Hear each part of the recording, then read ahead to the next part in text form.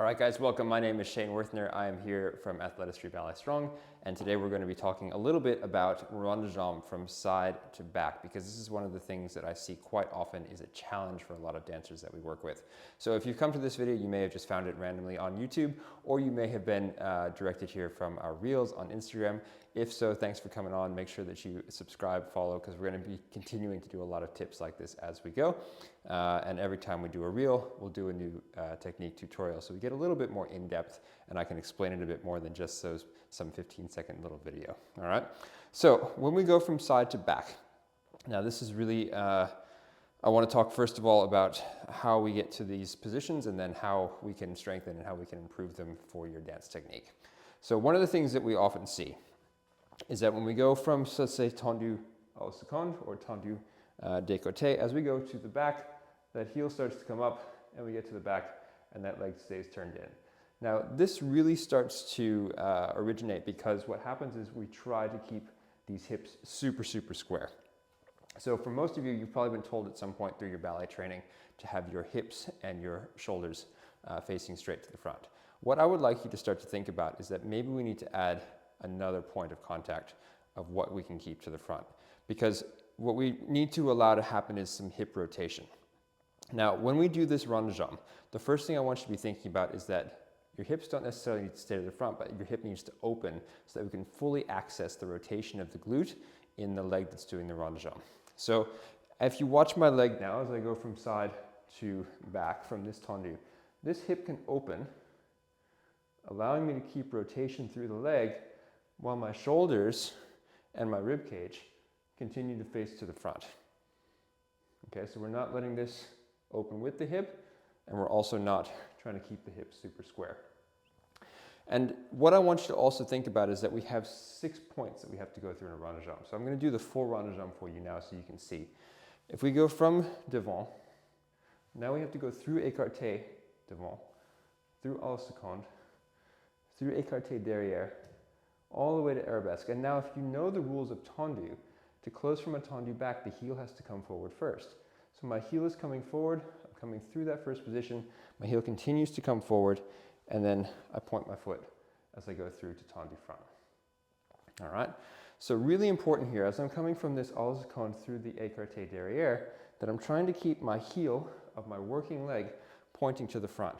So as that heel is coming around, heel is pointing to the front, keeping that rotation, letting my hip open ever so slightly so I can access the rotation in my glute, meanwhile creating a rotational force through my upper body, and my arm is coming forward. Now, one of the other things that will often be a challenge for people is when they start to lift the leg to 45 or 90 or higher, and they find that when they go from side to back, their leg drops. We get the common swoop, if you will, where it kind of goes like this, or even we drop that hip completely and the leg stays turned in, and then it becomes very difficult to be able to lift your leg any higher. So there's a couple things that we can do to help with that. First of all, hopefully everyone's got a foam roller of some sort at home that they can utilize. You're just going to put that slightly behind you. And the reason why, if I lift my leg to 45 degrees, I need to be able to lift up and into that arabesque position. So we're lifting from side to the back. The height of the leg is ever so slightly increasing as the hip opens slightly and the shoulders and the ribs, remember, rotating in the opposite direction to come back facing forward. So a couple of things that you can do to help you to find that rotation. It's always going to be a lot easier to find rotation if you flex your foot. So when you're in this position, flexing the foot, pointing those toes backwards, feeling those toes, trying to keep up towards the ceiling as much as possible as you come around the back, and making sure that you lift up and over that foam roller as you go around.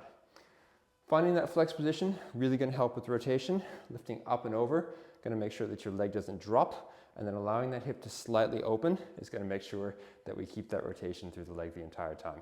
If you are finding it really hard to get into that position at the back and you just feel like you can't hold anything the way that you need to, here are a couple of exercises that you can do to make sure that your glutes are nice and strong. First one, you're going to stand in a parallel position with your standing leg. Your back leg is going to turn out, and you're just going to use your glute to lift that leg up. Okay? While doing this, you want to make sure that your knee is pointing straight over the toe and we're not going in or out with that leg.